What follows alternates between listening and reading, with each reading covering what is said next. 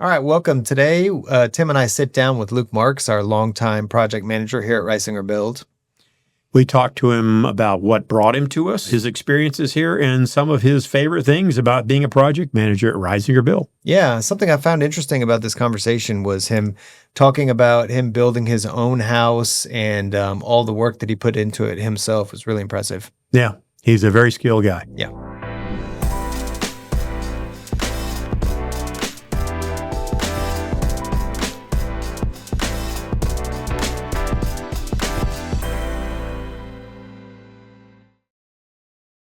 Okay, on today's episode, we are chatting with Luke Marks, who is one of the project managers here at Reisinger Build. He's been with us quite some time. Yeah. We were talking earlier about the fact that you've been here longer than any employee in the company, other than Matt and I, of course, but probably worked on more projects than anyone else in the company. Have lots of experience, and I appreciate your contribution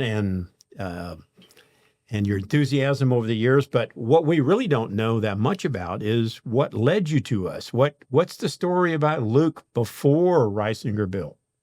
Tell us a little bit about that. So I grew up in the area from Buda, and I lived in a family. My dad was very much I don't want to say DIYer, but we did everything ourselves. Like, he built his houses, never was a home builder, but built the houses we always lived in.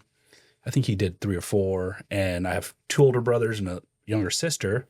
And as we grew up, we were kind of a labor crew for him, basically. So like, we moved out to where they still currently live when I was 15, and we built that whole house, and it was on a pretty big piece of property. So we were laying pavers for driveways and building the house and building cabinets and doing all that stuff. None of us did it professionally, but he had his hand in a lot of stuff. And so as I finished high school, went to college. I got a finance degree because I thought working in the banking system would make me a lot of money and be fun. And after that, I got a job at a mortgage bank during the recession, and I worked on real estate that the bank had foreclosed on. And it was a horrible job. It was fine. It was fine. It made me money and all that. But it was like, you show up 8 o'clock in the morning to a desk, work for 2 hours, just punching keys, go take a walk. Come back, punch 2 hours on keys, go to lunch. And then I did that for Rinse and repeat, as they say. Yeah, for 3 years. And then what the worst part about it was, then it became the banking, when those banking systems were kind of falling in 2008 and 9, we would get these big emails, and we had like 1,000 employees at this branch. And it wasn't really like a typical bank branch. It was just offices. And you were either on the small list or you're on the big list. And the small list was getting laid off, and the big list was staying.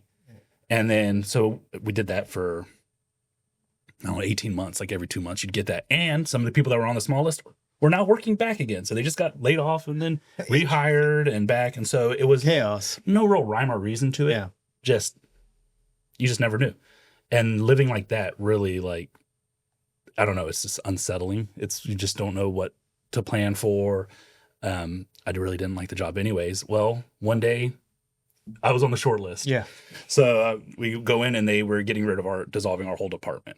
And they offered us jobs, some of us jobs, to do something else. And I decided this wasn't for me. I took my little severance and said, I'm going to go do something else. And so, during that time, I also bought my first house, and it was a complete gutter that I gutted out and redid and lived. And Matt, you were doing it evenings and weekends? Evenings and weekends. Yeah. While you were living there? So, wow. Who would do that? I think I was 20 years old. You? I was 24 years old, single guy, didn't need much. And in this house, there's a 3-bedroom house. There was 1 bedroom that was okay. So I closed the door to that, and I had an inflatable mattress. And that was my sanctuary. All my clothes, everything was in there. Yeah. And then when I'd get ready to go to work, I mean, open the door, close the door behind me, walk through my construction site out the door, don't touch anything. Yeah. And when I'd get home, then the work would start. And then my dad would come over every Friday and we'd spend the whole weekend hitting it hard. I'd kind of get ready. Almost my whole week was kind of getting ready for the weekend, where I was going to make a push every weekend. Yeah. And so I did all that, and it took us about 3 or 4 months. And then I got a guy in that worked with me to come rent with me. So he paid to have my mortgage. And I kept working. And then I got laid off, and decided I didn't want to keep doing that. And I jumped around from a few different jobs. I worked for a golf course doing events, which was I'd never done like the service industry. I never did like waiting or bartending. And that was kind of in that I don't know what you'd call it, that genre of work. And I actually, the owner of the golf course paid me very well, probably the most money I'd ever made in my life. It was kind of ridiculous what he was paying me. And it was, I got paid hourly. Open, by the way? I got paid hourly, and I felt bad about claiming all the hours I worked because it was just like the checks, like he can't continue to do this to me, or else I'm going to, whatever. And I found out that lifestyle it's a tough lifestyle because you were working a lot at late nights and stuff. And at that time, I had met now my wife, and I realized like I just wasn't for me to be out there till working an event and coming home at 2 a.m.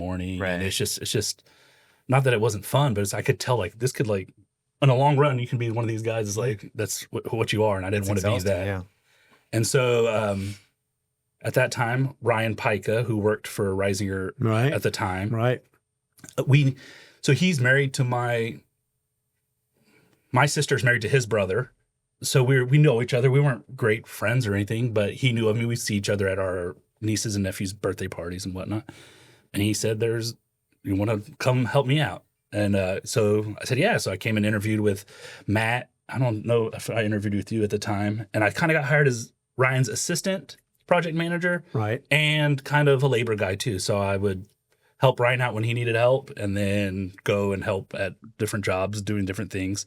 Because through my experience of not professionally, just through what I've done, I kind of had a well-rounded of, you need me to go glue a pipe together, I can go glue a pipe together. You want me to go build a little something, I can go build a little something. So I did that for a while, and then it just progressed, and that was, I think, almost 10 years ago. And now we're here. That's wild. Yeah, that's a great trip. Usually those roundabout trips are common in our industry, but those employees that we find that have taken that trip around the employment world are the best employees because they found their niche. Yeah. Yeah. I think it's interesting, your story about growing up, working with your dad, building your own houses.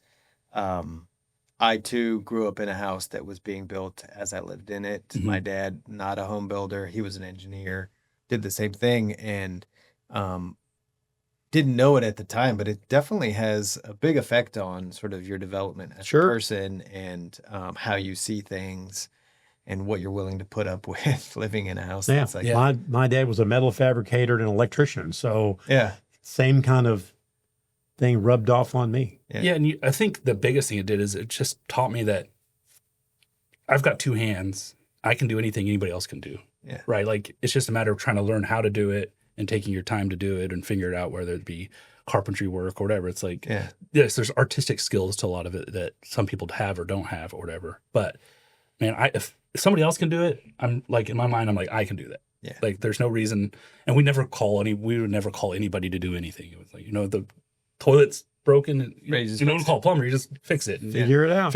Because we didn't, my dad worked for the post office, and he had somehow amazingly has developed, he's acquired great property and worked his butt off and doing stuff. And it's all because of his work ethic and getting there on your own type thing. Not just not enough money to buy it all, just made it for himself, I guess. Sweat equity. Yeah. Those postal workers, they make a ton of money. Oh, yeah.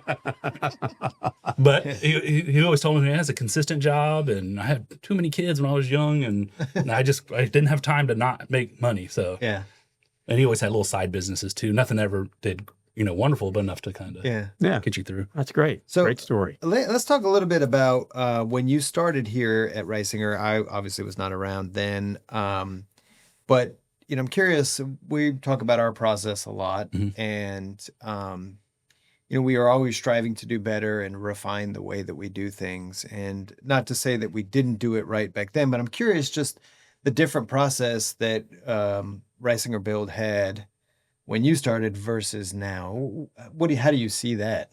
I would say it's probably more like a lack of process that they had when I first started. It was more of an individualized, this project manager's doing this home his way, and this project manager's doing his home this way.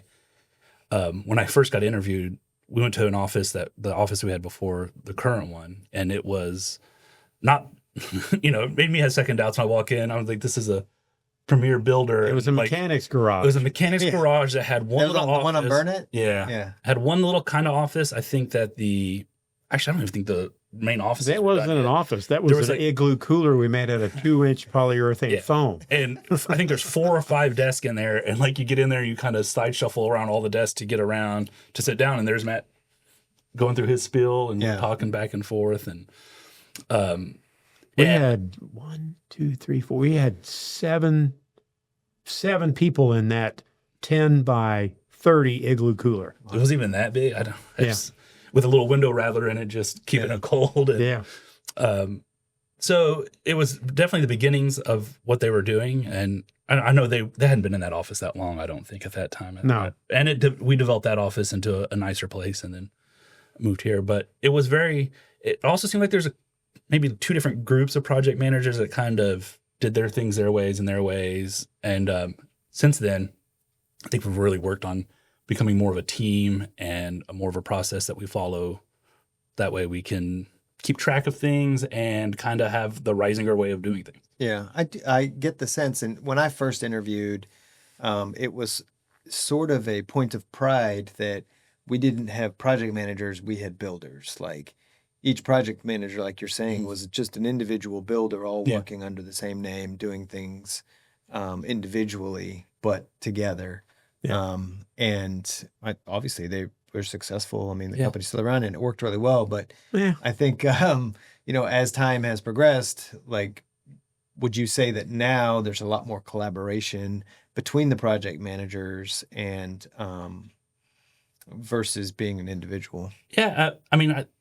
I think what's awesome about the job is that we are allowed to be individuals too. And I think that is important. Yeah. I think we should have a certain standard, but we also don't want robots that just, this is what we do. Because when it comes to like critical thinking of how we're going to fix this problem, especially in these buildings that we work on, you can't just refer back to what did we do last time? Because a lot of times there was no last time. This is the first time any of us have ever done it. Yeah, that's right. So you want to have people that can think individually and are builders.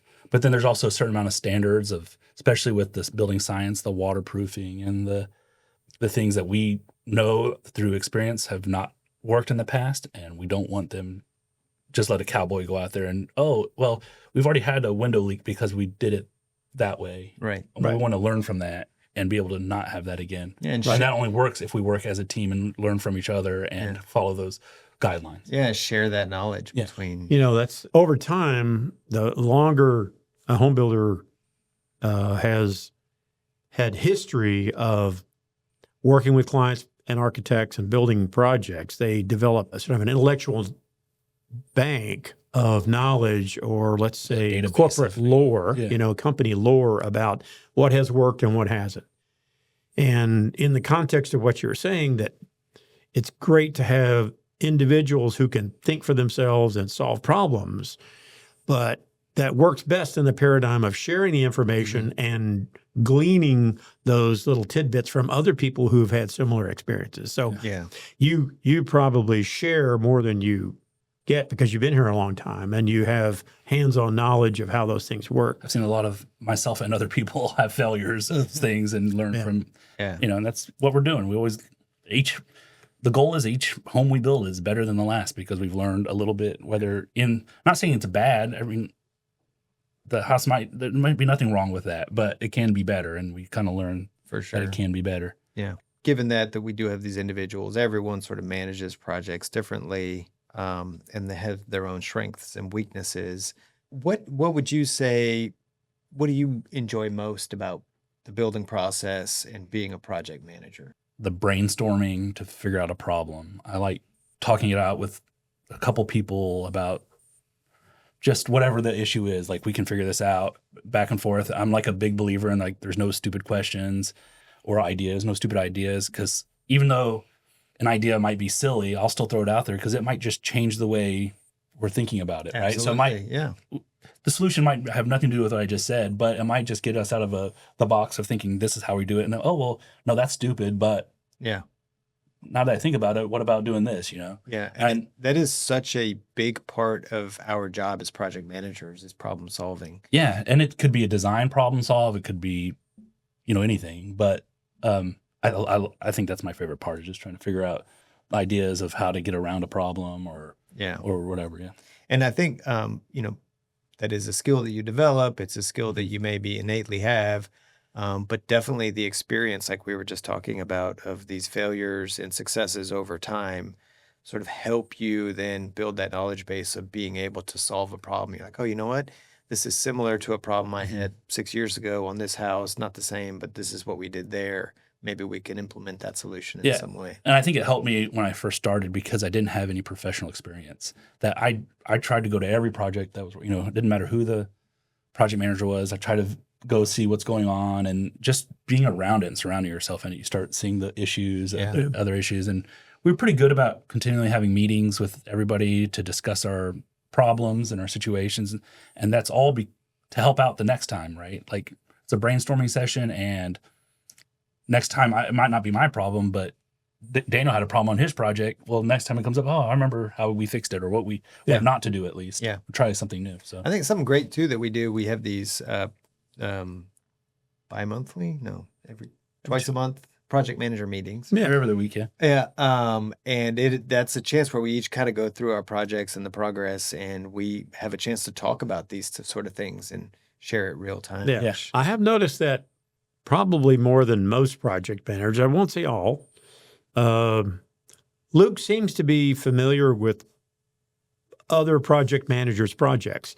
It's like when you have an extra hour, you feel compelled to go look at other people's projects just to see what's going on. You might see something interesting. Yeah. Yeah, I enjoy it. If there's certain times where you're busy doing other stuff, you just don't have time to get out and do stuff. But like just the other day, I was down at our Five Oaks project looking at that, because it's just, to me, it's interesting, and it's, I'm not there to criticize or look anything. I just look, and if I see something, and I'll talk it through just to get ideas or brainstorm with problems. Over there, there was some stuff I was looking at. I was like, well, have we thought about this or that? And that's cool. And we're always doing something different. At every project is something new. So we're doing, polished concrete over there, which I don't know if we've really done Not to that level. on that style. Yeah. And so it's like something new to look at. Yeah. And then it's something else you put in your arsenal when you're talking to a client that you know the process behind, because you didn't have to do anything. You didn't have to experience it. You didn't have to order it. You didn't have to do anything, but you can still get gain from that just to look at it and know it's available. And the value of having a fresh set of eyes on a project is pretty large, because,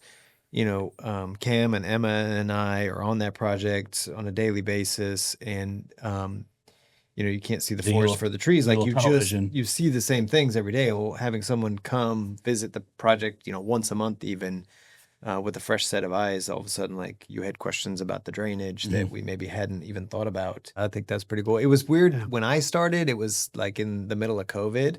We weren't even in the office at all. And so for the first couple years, I had no idea what any of the other project managers were doing. Yeah. But it is one of my favorite parts of the project, is going to see everyone's jobs. Right. One of my mentors when I first started used this expression about doing exactly that. He said, when you've been working on a job for a long time as a project manager, you have tunnel vision. You're looking at what got done yesterday and what's going on today. Mm-hmm. And you don't see the bigger picture because you're so used to the image that you block out any things that might need to be in your so having that second set of eyes, somebody's looking at the whole thing, not having been there before, and it's really helpful. We need to encourage that. I think that's something that. And it can go both ways, right? You can be overlooking things because of tunnel vision, and you can also be like fixated on something because of tunnel vision. Right. I know my own like personal stuff. Sometimes like I'll be sitting there looking at something, and it's like, what am I going to do about this? This little nick in my cabinet door, and I'm like, I don't know what to do. Do I redo the door or whatever? And then I'll like, okay, I'm going home. And then you come back the next day ready to do it, and like I can't even find where I was, obsessed about. I'm looking for. I'm like, you know what? Maybe it wasn't that big a deal. I can't even find it now. Yeah. So. Well, speaking of that, let's talk about that a little bit. You, like many of us, but maybe to a more extreme, have built your own house. Yeah, we just finished up moved in about a year ago. And is that, you've remodeled that previous house that you talked about a little while ago. Is this something you've always wanted to do? It was always the plan, or just kind of? There's always a goal. Yeah. Yeah. I liked it much better than remodeling. Yeah. Especially remodeling. So this is stuff. ground up, brand new, virgin lot from the ground. Yeah. Yeah. I loved it. It was fun. I liked the fact, there's remodels can be, or in building too. I mean, there's a whole different scopes of remodels. And my first remodel, I think I moved in the house and I had $6,000 to my name. So that little remodel goes a little different. Yeah. Right? It's skimping around, just trying to patch holes and figure it out, and never really dealing with some of the issues that the house actually has, just because it's, it's not there. Got paid, and I can put half my backsplash up and wait for our next paycheck or whatever. Yeah. But always dealing with what was previously there and not having the funds to just kind of like start over and rip it down and go. It's always frustrating and tough, because you never kind of get to where you want to get. You always kind of get almost there, but never really where you want to get. Yeah. So building from the scratch up, it just felt like, man, I get to do what I want. If I want to spend more money here, it's fine. If I don't want to spend more money here, it's, and plus I knew a lot more from working here than I did before. As far as performance of a home and all that. But you also, in this one, I mean, you had the ability to really get involved in the design part of it, right? So you had a lot of input. You didn't design it yourself. No, you had an architect. Is that right? I had an architect, and he was doing it like a side job for me. Yeah. And he was total collaboration. I mean, he'd give me the ideas. I'd say what I didn't like, my wife, and we'd go through and back and forth. And I'd say it's probably 75%, maybe probably more his, but it's still a good amount of percentage of what we wanted and, our input. Yeah. And it turned out, I mean, we've been in it for a year, and it's all we could ask for. I mean, it had the same problems as a lot of builds. It got a little probably too big for us. Yeah. And, it's kind of, we wanted to start out at a certain size, and then it's probably 10 to 20% bigger, and then at the end we're like, well, what do we cut? And we're like, I love it all. So you want all of it, yeah. We're not cutting anything. Yeah. I mean, that's every project. Yeah, right? Yeah. It's easy to grow. It's hard to shrink. Yeah. But it's going to be a place long term for my family. I've got a just now turned 8 and 6-year-old girls, and we're going to, I mean, at the minimum, we're going to be there until they finish high school. Yeah. So that's awesome. All things that's great. Staying equal, and then we'll see from there. Yeah. So let me ask you this. We talked a little bit about your favorite part of the job and your experience. Do you have anything that's that's been a challenge, a consistent challenge that we run into or you run into that kind of is a struggle to get past that you think we can help work on or improve? Probably just because it's fresh in my mind, because the projects we're working on are at that state. It's really dealing with the stuff that's out of your control with government entities, cities. We need power. Everything's ready for it, and there's nothing you can do. We're just waiting for the linemen to show up, and it's 20 days before they show up, and there's just nothing there's nothing you can do. You can't. You get it. Your inspection's done as soon as you can, and then you just hurry up and wait. Then you're at their mercy, and you have to hurry up, because the longer it takes you to get to that point, the longer it takes them to get there. But still, it's like from the point we had final, everything's safe to go and everything, 20 days is a long time to wait. And you can't really do anything about it. You just wait. The way that the city has the permit flow put together, there is no way to condense that timeline. You can't get ahead and do work while you're waiting on that. You have to do X, to get Y, and Z. To that approval, you have to be at this stage of the house. And the typical, to me, like the typical permits or the inspections as you go through, they ebb and flow. It doesn't really slow you up too much, because you can continue to do other work. But that end stuff, it just seems like whether it's getting a water tap in or a permanent power put in, it's just stuff you can't control, and it just takes its time, and it's frustrating sometimes. Yeah. I've had it happen a few times where it's just like clients, what are we doing? What are we doing? It's like, there's calling, and that's all we can do. Just call and call, put Tim on him, and then Tim gets after him. Tim gets after him. And then it makes it worse. Well, then you get like, they'll show up and they're like, oh, we don't have enough wire. And it's like, what do you mean you don't have enough wire? I mean, that's what you're here to do. Like, you're the wire guys. Little stuff like that. So you kind of have this, oh, we're finally getting it done. And then, disappointment, and who knows how long, but it all gets done. So, yeah. Yeah. And I agree. To me, that's the most stressful phase of any project, is that interaction with entities outside of our control, that the regulatory and code issues, and you just can't do anything about it. It's there's like it's nothing out you of can your do. control. Right. And I think that it's gotten better. Yeah. I will say in the last 15, 20 years, it's better. It's more complicated Yeah. than it used to be. But I think that in our case, the municipalities around the area have gotten a little more responsive. Yeah. Yeah, I think unfortunately though too, as the system has gotten better, we as builders and our clients have gotten more demanding. Mhm. So it's still kind of 2 weeks 15 years ago was no big deal. Yeah. 2 Right. weeks now is an eternity, Yeah. right? Right. Yeah. Things are so expensive and the cost of money is so high that just, a day in our world could cost a client thousands of dollars. Yeah. Right? Yeah. So one other thing I want to touch on that I think is sort of interesting in your experience here, in that you've had the opportunity to work with other project managers on the team on the same project as sort of a tag team. And that's sort of an interesting dynamic. In most cases, our projects have one project manager. Sometimes it takes two project managers, and that requires you to sort of set up a unique dynamic and find the skill sets that each of you have and the strengths and weaknesses shared. How has that been for you? I personally enjoy it because like I said, I like the brainstorming, and so you always have somebody to like just bounce something off of. But it comes with challenges too, because sometimes somebody's communicating with somebody and you're not involved in it, or it's easy to have a tendency to be like, oh, she's handling this and this and this, and you kind of you quit paying attention to that so much, and all of a sudden, like, now you need to answer. You're like, now I've got to go back and see where we're really at, because she was handling it, so I thought there's no real point for me to get involved, and then you need to. But I mean, I enjoy it. It kind of is. You just kind of.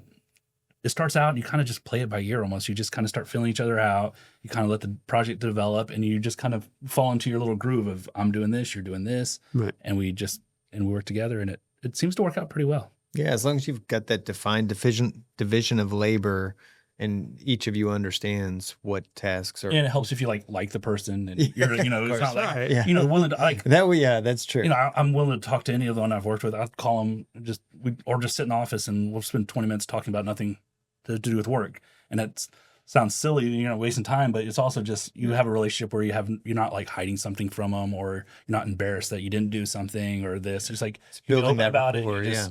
And you can help each other out. And if they are in a bind, you're just help them out, and they'll do the same for you. And we recognize that it takes unique personalities to be able to do that.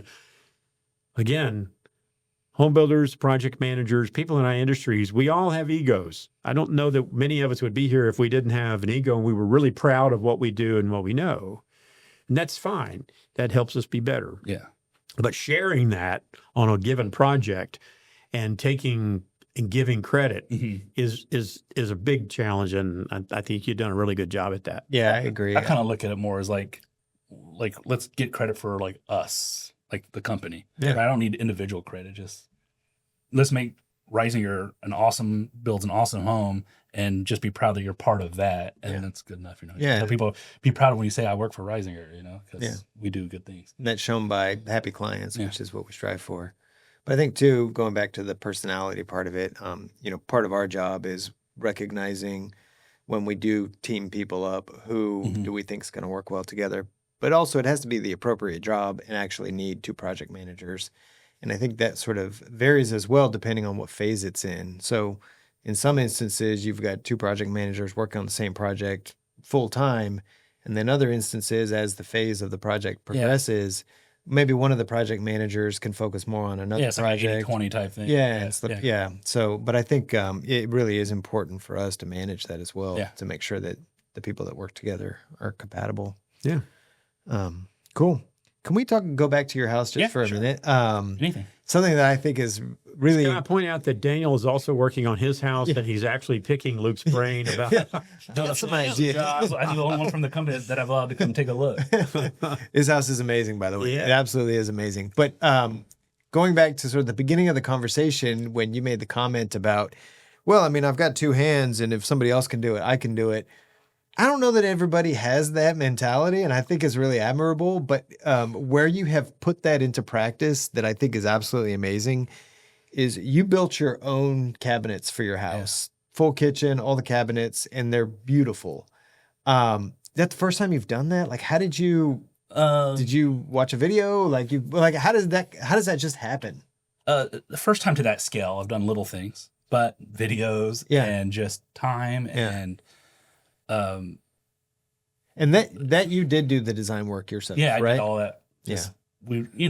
I kind of I'll have a rough idea, and I kind of let myself get into it, and that kind of develops as the style I want. It was not going to be that style of of course, and I have a tendency to overdo it. Yeah. So I'm like, oh, I'm going to do it. So instead, I'm going to go do inset cabinets for my first try and stuff. It's like, that was probably a mistake, thinking back about it. Should have just done some overlays and be done with it. But it turned out great. Yeah. It's time consuming. I mean, I'd be working there from, come home from work, get out there at 6 o'clock and stay till 11 o'clock. Yeah. Sometimes spend the night out there on a cot during the weekends. Yeah. Just so I can get going. It's a lot of time, but I enjoy that. So it's a lot of people, do something fun. It's like, to me, that's kind of fun. Yeah.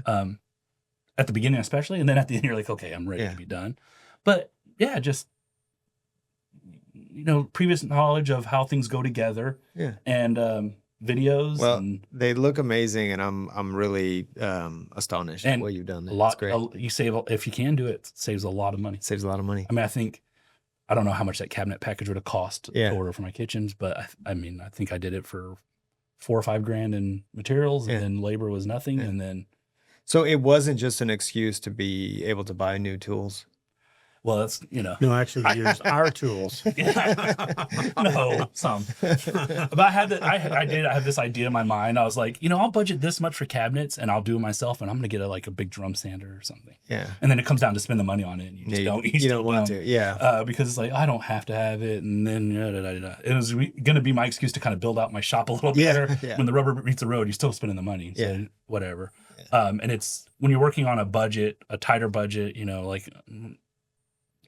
my family does fine, but we're not, we're probably in a neighborhood where we probably don't deserve to be. It's a gorgeous neighborhood. It's great, but it's only because we were able to do this. Yeah. And you're always nervous about being able to finish. So even though you have a budget and you're still in it, you always think, well, I don't want to get too tight not to be able to finish my house. Sure. So you always I'd rather end up with a little extra at the end just in case I need, I'd hate to get 3/4 of the way done and be out of money. And then now what do we do? Yeah. So. Yeah, absolutely. That's probably the toughest thing about building your own house. And we noticed that even recently building spec homes, that when you're in it and you are faced with the question of, should I do this or should I do that? And everybody has the compulsion, especially the way we do things, is to always do it best. Yeah. Not just better, but best. And it's really easy to get off budget and off track. Mm-hmm. And then wonder, how in the world did I spend this much money? And it's because you always chose the best way to do things and the best products to use, and didn't do due diligence in consuming what the budget should. That's why we asked the question, is it worth it? That's right. Yeah, I mean, I think you have to realize too that we're building homes, especially in this company, to a higher standard as far as performance, way above code or way above what most people are doing. And I had to realize that, yes, I'm not being able to do that, but it's still way better than most. Right? Yeah, I wasn't able to do the whole metal ducted HVAC system. We had to do rigid ductboard, but I'd rather done the metal. But you know what? That's a place where I saved 10 for sure, or whatever. Right? Yeah, and still way better than a bunch of flex ducts going through. Absolutely, the attic. So it's kind of like you're a little bit of compromise, but it's a fun experience. It's hard on your family though. I mean, we had to move out from our house that my kids had always lived in and go into a temporary, rental home for the year, and then even worse into like a small garage apartment because we still needed 3 months and all this, that kind of stuff. So it is very demanding on the family and my time not being there, but we work together as a family, so they'd come over on the weekends and spend the time together, and it's an experience that we'll all remember. Yeah, absolutely. That's awesome. All right, well, I want to ask you one last question that we ask everybody that comes and sits in the hot seat. And the question is, if you weren't doing this, if you weren't a project manager at a home building company, what would you be doing? And it can be fantastical. No, I mean, I'll be realistic. I think I'd be doing something in homes, real estate involved, something. I always thought it'd be fun to kind of develop ranches into something. I don't know what that would mean as far as like taking a piece of property and making it, a more desirable piece of property and selling it, or developing it into a small neighborhood, a one street neighborhood type thing. I think would be kind of fun. I don't know where I mean, it's kind of hard to say. I've been here so long that it's kind of been like, I don't know what I'd be doing, but I have a feeling I've always been interested in real estate one way or the other, selling it or just getting involved in some way. So something to do with homes, land. For me, I kind of say it's hard to imagine not in some way being involved in homes. Or maybe just working a 9 to 5 and flipping homes on the side. It could have been kind of that. I thought you were say flipping burgers. No. But, it's kind of my first house I bought. I was going to flip that house. It's going to be in and out in 2 or 3 years. Stay there for 2 years, get, so your taxes and all that are done. Yeah. And 13 years later, 2 kids and a wife and still in this, the spot. Worked out great, but it's just kind of funny how that all works out. You have, things change. And, things change, plans change for sure. Yeah. Awesome. Well, thank you so much, Luke, for sitting down with us today and great. letting us get to know you a little better and talking about the company. Yeah. Awesome. That's it for another episode of Work in Process. Thanks for listening. If you've got a question, a topic suggestion, or want to start a project with us, send an email to hello@risingerbuild.com. You can also find us on Instagram at risingerbuild_ATX or on YouTube by searching Risinger Build. We'd love to hear from you.